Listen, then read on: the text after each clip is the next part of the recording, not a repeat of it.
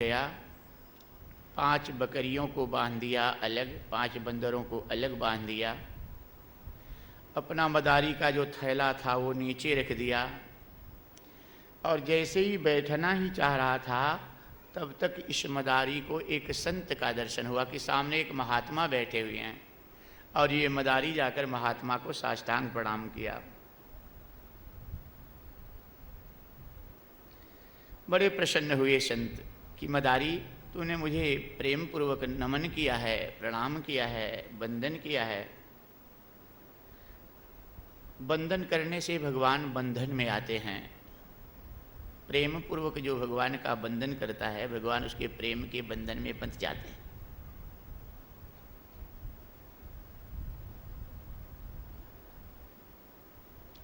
इसलिए कथा के पहले आप वंदन करके भगवान के अपने कीर्तन और वंदन की डोरी में, प्रेम की डोरी में बांध करके तब इस सत्संग की गंगा में डुबकी लगाते हैं, जिसकी वजह से कि ये विशेष आनंद आता है। संत कहे, मदारी तूने प्रणाम किया है तो तुझे आशीर्वाद देना आवश्यक होता है, इसलिए तू आसन लगाकर पलथी मारकर बैठ जा, 2 मिनट के लिए आंखें बंद कर ले, मैं तुझे आशीर्वाद दे दूं। मदारी सोचने लगा कि ये महात्मा जी अपरिचित हैं। एक तो आज पता नहीं दिन कैसा है, 3 जगह तमाशा दिखाने पर कुछ नहीं मिला। जीविका का आधार डमरू और ये थैला और बंदर बकरियां। क्या पता आंख बंद करके बैठूं और ये बाबा लेके चले जाएं तो है ना। क्योंकि बाबा लोगों का वेश ऐसा है कि रावण भी इसी वेश में छुप गया था।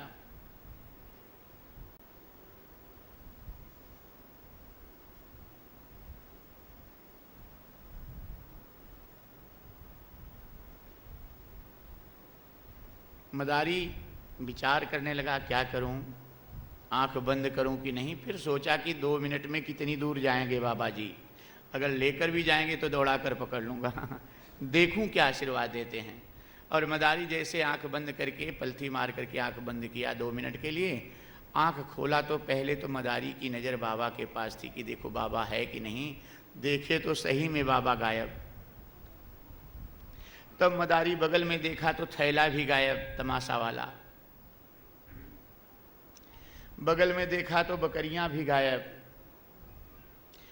बंदरों की तरफ देखा तो बंदर भी गायब। पश्चाताप कर रहा था मदारी, तब तक इसकी नज़र अपने ऊपर गई। अचानक शरीर के ऊपर तो इसका फटा पुराना कपड़ा भी गायब और मुरझाया तन भी गायब। सुंदर राजकुमार का, युवा अवस्था का चमकता हुआ चेहरा और राजकुमार का वेशभूषा इसके शरीर पर देखकर मदारी बड़ा खुश हुआ कि महात्मा जी बड़े चमत्कारिक निकले। 2 मिनट में मेरी काया कल्प कर दिए। कितना सुंदर मेरा शरीर, कितना सुंदर मैं कपड़ा। सोच ही रहा था कि तब तक एक घोड़े को सजाकर 2 सिपाही आकर मदारी के सामने खड़े हो गए कि राजकुमार की जय हो, आप यहाँ बैठे हैं, आपके राज तिलक की पूरी तैयारी हो गई है, सब इंतजार कर रहे हैं। बड़ा खुश हुआ मदारी।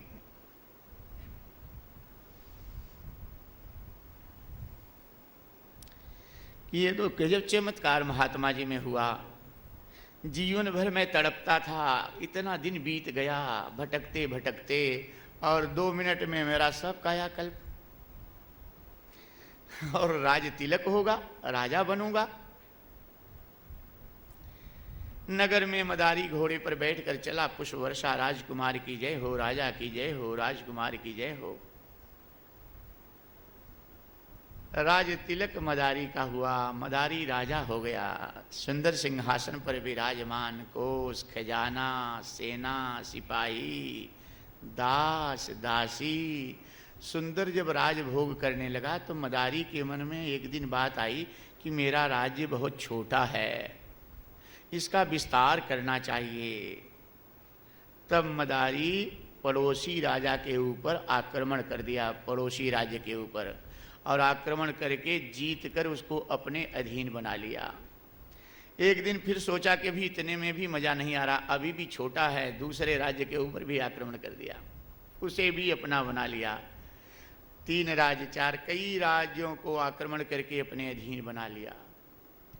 मदारी सोचने लगा अब तो सारे राज्य मेरे अधीन हो गए हैं, खाली एक राज्य रह गया है, वो बड़ा शक्तिशाली राजा है और धनवान भी है, देश भी धनी है, अगर उसी के ऊपर कब्जा हो जाए तो फिर कुछ नहीं चाहिए। ऐसा सोचकर एक दिन प्लान बनाकर ये मदारी अपनी सेना को सजा करके उस राजा के ऊपर, राज्य के ऊपर आक्रमण करने के लिए चल दिया। थोड़ी ही दूर गया था कि मदारी के मन में बात आई कि वो महात्मा जी जो मिले थे, मुझे मदारी से, भिखारी से राजा बना दिए, एक बार और उन्हीं महात्मा का दर्शन हो जाता तो बस उनसे प्रणाम करके एक वरदान और मांग लेता कि बस इस राजा के ऊपर जो मैं आक्रमण करने जा रहा हूं मेरी विजय हो जाए, और कुछ नहीं चाहिए। मदारी मन में सोच ही रहा था कि तब तक मदारी को वही बरगद का वृक्ष, बट वृक्ष दिखाई पड़ा सामने, और वही महात्मा जी बैठे हुए। खुशी के मारे फट से ये घोड़े से नीचे उतर गया। क्या हो, ये तो हमारी सब इच्छाएं पूरी होती दिखाई दे रही हैं, वो तो वही महात्मा जी हैं। मदारी महात्मा जी के आगे प्रणाम करने के लिए जा रहा था, दूर से ही महात्मा जी ने स्वागत किया कि आओ आओ मदारी राजा, स्वागत है। मदारी बगल में देखने लगा कि कोई सिपाही तो नहीं सुन रहा है, नहीं तो सोचेगा ये मदारी राजा कौन है, ये तो भेद खाली 2 ही जन जा रहे हैं। मदारी जाकर फिर से प्रणाम किया बड़े नम्र भाव से महात्मा जी को, और बैठा। तब महात्मा जी कहे, मदारी अब क्या इच्छा है? मदारी राजा ने कहा, गुरुदेव सब इच्छाएं पूरी हो गई हैं, एक बहुत शक्तिशाली राज्य है, उसके ऊपर आक्रमण करने जा रहा हूं, बस आपसे यही वरदान चाहता हूं, कृपा चाहता हूं कि विजय हो जाए मेरी। महात्मा कहे, ठीक है, पलथी लगाकर बैठ जाओ, 2 मिनट के लिए आंखें बंद कर दो, तुम्हें आशीर्वाद फिर से दे दें।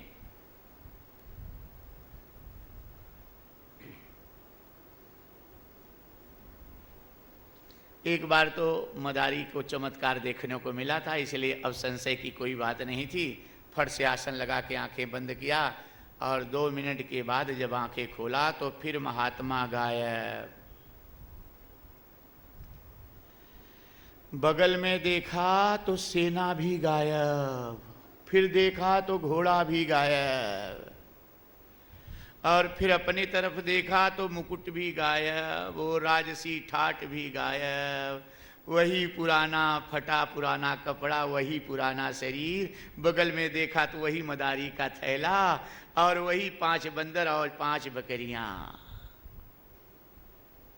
बहुत रोया मदारी, बहुत पछताया, किया है ऐसा मैंने क्यों किया, जितना था उतना ही बहुत था,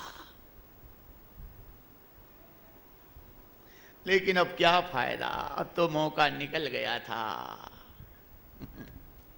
तो ये किसी मदारी की कथा नहीं है, आध्यात्मिक कथा है, ये तुम्हारी कथा है। तुम ही जीव ही मदारी हो, और 5 कर्मेंद्रिय 5 बकरी का प्रतीक हैं, और 5 ज्ञानेंद्रिय 5 बंदर। ज्ञानेंद्रियां चंचल होती हैं, बंदर चंचल होते हैं, बकरी कुछ शिथिल होती हैं। तो 5 ज्ञानेंद्रियां ही 5 बंदर की प्रतीक, 5 कर्मेंद्रियां 5 बकरी की प्रतीक, और तुम जीव ही मदारी। हाँ, और अपनी जीविका चलाने के लिए, वासना इच्छा पूरी करने के लिए विषय रूपी डमरू बजा बजा करके इस गांव से उस गांव में, अर्थात कभी बकरे के गांव में, कभी कुत्ते के गांव में, अर्थात कभी बकरी की योनि में, कभी कुत्ते की योनि में, गांव गांव का मतलब कभी सांप की योनि में, कभी बैल की योनि में, ऐसे ये अनेक योनियों में, अर्थात अनेक गांवों में भटकता हुआ यह जीव मदारी कदाचित आकर 4,84,84 लाख योनियों में भ्रमण करता। जीव भ्रमत ये है जीव ये विनाशी।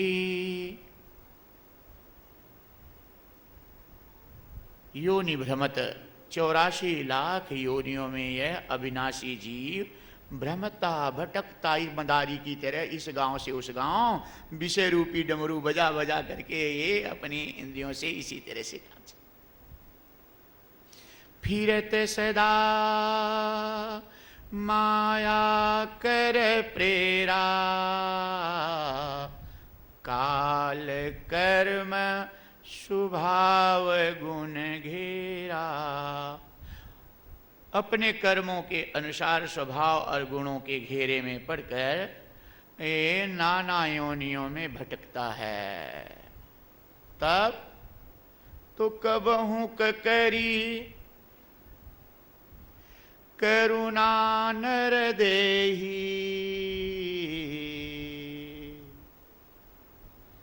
देत ईस बिनु हेतु स्नेही। कभी अहेतु की कृपा, हाँ, इजी रूपी मदारी को महात्मा रूपी परमात्मा की कभी अहेतु की कृपा हो जाती है। संयोग बन जाता है कि कभी दुखी व्यथित भगवान को प्रणाम कर लेता है। तो महात्मा रूपी परमात्मा इसे सुंदर आशीर्वाद दे देते हैं, अर्थात मानव नगरी का राजा बना देते हैं। इस मदारी को, इस जीव को काया महल दे देते हैं, मानव नगरी का राज्य दे देते हैं। मानव नगरी के इस राज्य में सब तरह का सुंदर व्यवस्था है, सारे साधन इसमें भरे पड़े हुए हैं।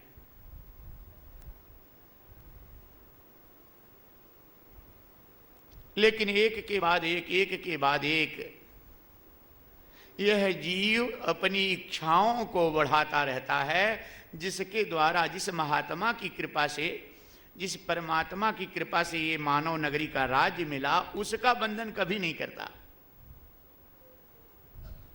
इसको ये भूल जाता है कि क्षण मात्र की भेंट में इतना बड़ा राज्य मिल गया और उन्हीं प्रभु की शरण में फिर जाऊं तो पता नहीं कितना बड़ा राज्य मिलेगा, कितनी बड़ी शांति और आनंद मिलेगा। इस बात को भूलकर इस विषयों में, अपनी इच्छाओं में, विषय वासनाओं में ये जीव भटकने लगता है।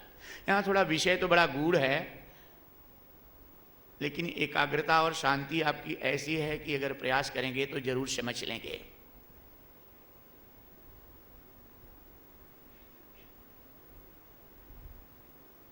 इसी मदारी की तरह जुटी हुई इसी से एक कथा आती है राजा अबोध सिंह की। हाँ, यही अबोध सिंह का अर्थ होता है यहाँ सांकेतिक सही, जिसको बोध न हो। अबोध अर्थात तुम ही सब राजा अबोध हो, जीव ही। देह भाव में डूबा हुआ जीव ही, नित्य आत्म तत्व का जिसे बोध न हो, अबोध। ये अबोध सिंह इसी तरह जैसे मदारी का दृष्टांत देखे, इसी तरह नाना योनियों में भटकता हुआ शांति की खोज में दक्षिण, पूरब, उत्तर, पश्चिम चारों दिशाओं में भटकता भटकता व्यथित शांति की खोज करता करता कदाचित एक बार इसे एक सुंदर महल दिखाई पड़ता है, जो 9 दरवाजों वाला, जिस पर एक पहरेदार मुस्कुराता हुआ खड़ा होकर इस अबोध सिंह जीव का स्वागत करता है। ये पहरेदार जो स्वागत करता है, इसका नाम है अभिमान सिंह। समझ गए ना? देह का अहंकार अभिमान, अभिमान सिंह, जीवात्मा अबोध सिंह। तो ये स्वागत करता है कि आओ राजन, बड़े अच्छे जगह पे आए, ये राजमहल तुम्हारा ही है और इस राज्य के राजा तुम ही हो, आओ। ये अबोध सिंह जीव बड़ा खुश होता है और इस काया महल में अभिमान सिंह जीव अबोध सिंह को सीधा प्रवेश नहीं, इंद्रिय द्वार से प्रवेश कराता है। इंद्रिय द्वार से प्रवेश करा के और इसे सुंदर राज्य के विषय वाटिका का सैर करा देता है। कौन सा वाटिका, कौन सी फुलवारी, कौन सा बगीचा? विषय रूपी बगीचा। सुंदर सुंदर फैल, सुंदर सुंदर उसमें रंग बिरंगे तरह तरह के फूल, आकर्षक मनोहारी दृश्य, विषय वाटिका। बड़ा खुश होता है अबोध सिंह जीव। किसके ऊपर? अभिमान सिंह के ऊपर की भाई तूने तो मुझे बहुत अच्छी जगह ला दिया। अभिमान सिंह फिर स्वागत करता है, हे राजन, मैंने नहीं, इस राज्य के काया महल के सिंहासन पर अधिकार आपका है। इसके राजा आप हैं। इस सिंहासन पर बैठकर इस काया महल की, इस राज्य की शोभा आप बढ़ाएं। अबोध सिंह जीव काया महल के सिंहासन पर बैठ जाता है। इस काया महल के, प्रेम से बोले जय श्री कृष्ण। बात सब समझ में आ रही ना? थोड़ा सा समझोगे तो पूरी बात समझेगी। सीधा तलवार की तरह मोह को काटने वाली ये बातें हैं, कथाएं।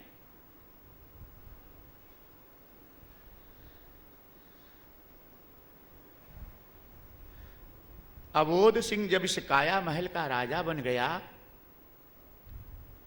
इस काया महल के परम रक्षक सत्यदेव स्वामी सदगुरु आकर राजा अबोध सिंह जीव को उपदेश देना चाहे कि देख, बड़ी कठिनाई से ये तुझे राज्य मिला है, इसलिए इन अभिमान सिंह और इनके परिवार के चक्कर में मत पड़ना। ये बड़ा प्रेम करके तुझे भुलवाएंगे।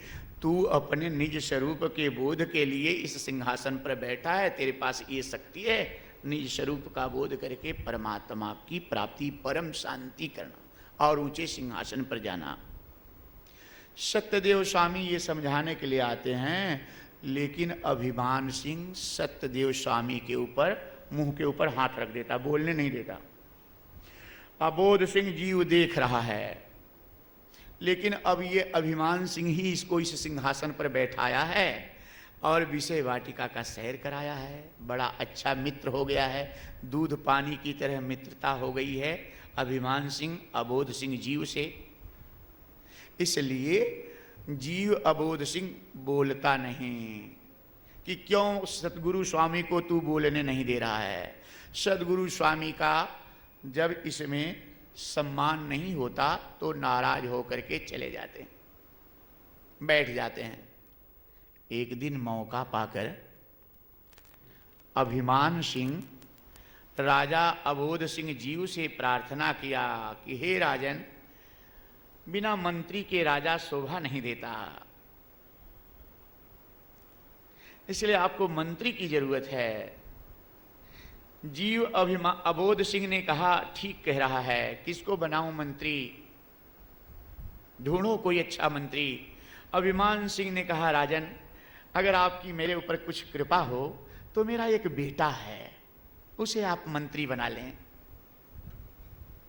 जिसका नाम कामराय है। क्या नाम है? कामराय, अभिमान सिंह का बेटा। राजा अबोध सिंह जीव ने स्वागत किया और इस काया महल का मंत्री राजा का कौन बन गया? कामराय। जब कामराय मंत्री बन गया तो इस काया महल में कामराय की 2 बेटियां प्रवेश कर गई। कामराय समझ रहे हो ना? कामराय की 2 बेटियां प्रवेश कर गई। ये 2 बेटियों का क्या नाम था? इच्छा देवी और वासना देवी।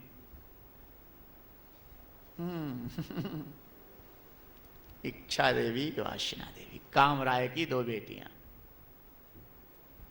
और ये सज धज कर नाचने लगी इस काया महल में। राजा अबोध सिंह बड़ा खुश हुआ इनकी नाच को देखकर।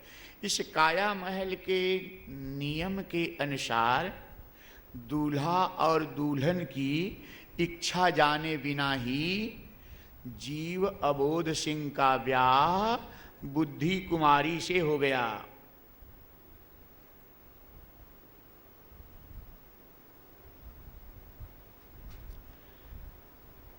इच्छा देवी वासना देवी की नाच देखकर जीव अबोध सिंह जब नाचने लगा, इनके पीछे आकर्षित होने लगा, देवता लोग त्राही त्राही करने लगे कि हे प्रभु, ये देखो मूर्ख राजा की दशा, कितना भटकने के बाद इस महल में आया, इस सिंहासन पर बैठा और इसकी इतनी सुंदर पत्नी बुद्धि कुमारी उसकी तरफ नहीं देख रहा है। इच्छा देवी वासना देवी ये तो पुच्छली वेश्याएं हैं, चलने वाली हैं, इनसे प्रेम कर रहा है।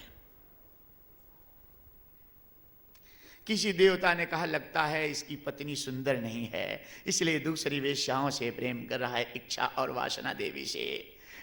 दूसरे देवता ने खंडन कर दिया, नहीं, बुद्धि कुमारी तो साक्षात सरस्वती स्वरूपा है, ये भूल कर रहा है राजा, ये इच्छा देवी वासना देवी पुच्छली वेश्याएं इसको ठग लेंगी।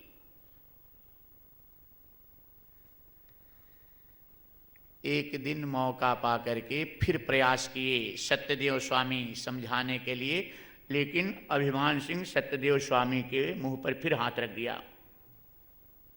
इच्छा देवी वासना देवी घुघरू और चूड़ियां बजाकर नाचने लगी। अबोध सिंह देखा नहीं अपने सदगुरु के सामने और इच्छा देवी वासना देवी की नाच देखने लगा। नाराज होकर सत्यदेव स्वामी इस कुटिया को छोड़कर चले गए।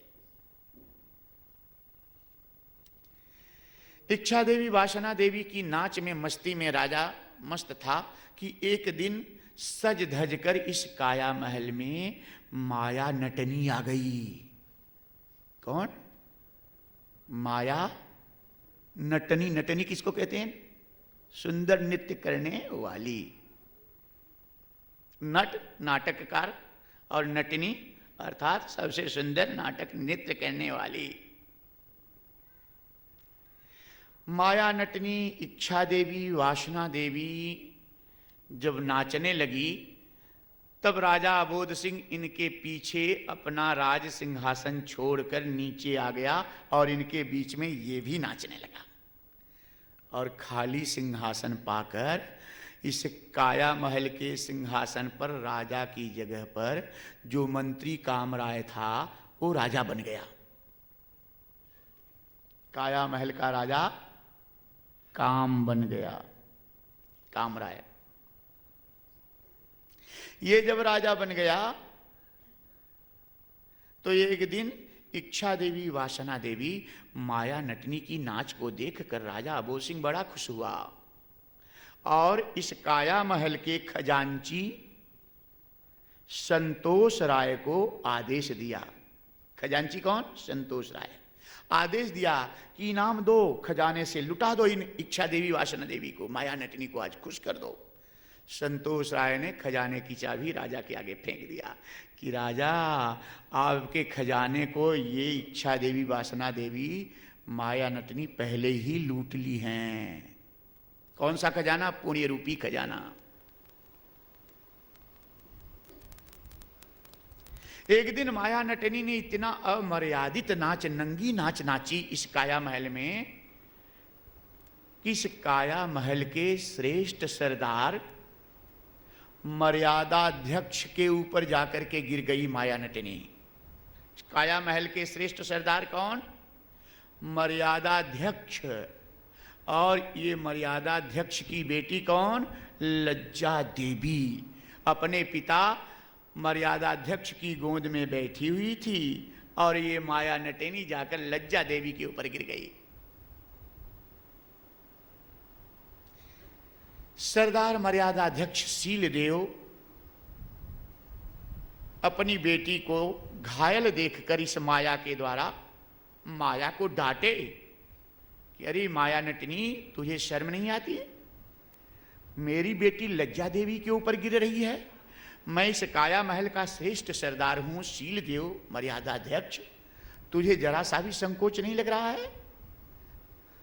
माया देवी को जैसे ही डांटे वैसे माया देवी के दो सिपाही शीलदेव को मारने के लिए दौड़े तलवार लेकर। माया नटिनी के दो सिपाही कौन? कोप सिंह और कलह सिंह। सब समझ में आ रही बात ना? कोप सिंह और कलह सिंह, दो सिपाही माया नटिनी के।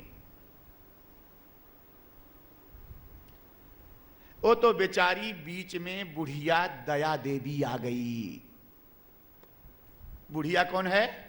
दया देवी। ये आ गई और मौका पाकर मर्यादाध्यक्ष शीलदेव अपनी बेटी लज्जा देवी को लेकर इस काया महल से निकल गए। शीलदेव निकल गए, संतोष राय निकल गए, लज्जा देवी जब निकल गई, सत्यदेव स्वामी जो चारों इस काया महल के रक्षक थे हितैषी जब निकल गए, तब मनमानी करने लगी माया नटनी, इच्छा देवी, वासना देवी, और इसके पीछे पीछे राजा अबोध सिंह नाचने लगा। और परिणाम ये हो गया कि नाचते नाचते जीव अबोध सिंह जब कभी गिर जाता था, बेहोश हो जाता था, तब हिम्मत नहीं पड़ती थी उठने की, तो माया नटनी अपनी सखी आशा देवी को बुला लेती थी। कौन? आशा देवी। ये आशा देवी ऐसी देवी है कि अगर मुकदमा हार भी गया है तो कहती चिंता मत करो, अभी हाई कोर्ट है। आशा, अभी आशा देवी। डॉक्टर एक जवाब दे दिया है कि हम नहीं बचोगे, तो ये आशा देवी कहती चिंता मत करो, अभी बंबई चलेंगे या कहीं कलकत्ता या बड़े डॉक्टर के पास, अभी उसके पास है। एक बार पूरा नुकसान हो गया दुकाने में, तो ये घाट आ गया, तो आशा देवी कहती चिंता मत करो, अभी अगला साल है, आगे मेहनत करो नए ढंग से। आशा देवी का पल्लू पकड़ करके सब नाचते हैं। आशा देवी जोश ताकत दे देती है, उत्साह दे देती है आशा देवी, और ये हारा हुआ आदमी उठकर खड़ा होकर नाचने लगता है, अबोध सिंह जीव। परिणाम ये हुआ कि नेत्र राय ने अपना दरवाजा खोल दिया और अश्लील दृश्य प्रवेश कर गए काया महल में। कर्ण राय ने अपना दरवाजा खोल दिया, अश्लील शब्द प्रवेश कर गए काया महल में। दंत राय जिह्वा ने सारा मर्यादा तोड़ दिया। ये काया महल मानव नगरी का राज्य, हाँ, गुंडों का राज्य हो गया, लफंगों का, बेईमानों का, चोरों का। परिणाम ये हुआ कि ये काया महल के सारे धन को लूट लिए। शीशे की तरह चमकने वाली ये त्वचा, हाँ, बबूल के छाल की तरह काली हो गई, मुरझा गई। रक्त सरोवर सूख गया, इस काया महल का रक्त सरोवर सूख गया। दंत राय किलेदार अपना स्थान छोड़कर हट गए, टूट गया दांत, ताकत खत्म हो गई। तब व्याकुल अशांत की निरंतर वर्षा होने लगी। बेचैन अबोध सिंह जीव शांति की खोज में व्याकुल होकर ढूंढते ढूंढते अपने परम प्रिय सत्य देव स्वामी की कुटिया में पहुंच गया, रोता हुआ, गुरुदेव, गुरुदेव, मैं बड़ा दुखी हूं, बड़ी अशांति है गुरुदेव, बहुत बेचैन हूं, मेरे ऊपर कृपा करो।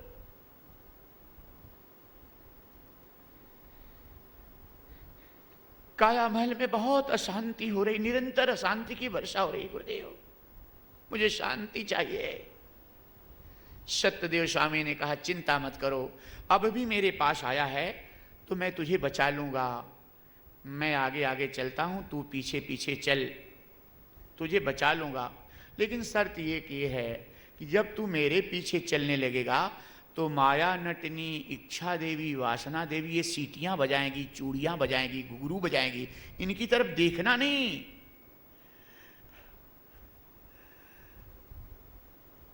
अबोध सिंह जीव हाय हाय करने लगा, गुरुदेव, अब मैं जान गया अपने दुश्मनों को कि हमारे दुश्मन ये अभिमान सिंह हैं, हमारे दुश्मन ये कामराय है, ये इच्छा देवी, वासना देवी हमारी दुश्मन है, ये माया नटनी, आशा देवी सारे दुश्मन हैं गुरुदेव। अब मैं जान गया, अब इनके चक्कर में मैं नहीं पड़ूंगा गुरुदेव, एक बार मेरे ऊपर कृपा कर दो। सत्यदेव स्वामी गुरु आगे आगे जा रहे थे और पीछे पीछे ये अबोध सिंह थोड़ी ही दूर गया था, एक 20 कदम गया था, तब तक माया नटनी अचानक सीटी बजाकर ना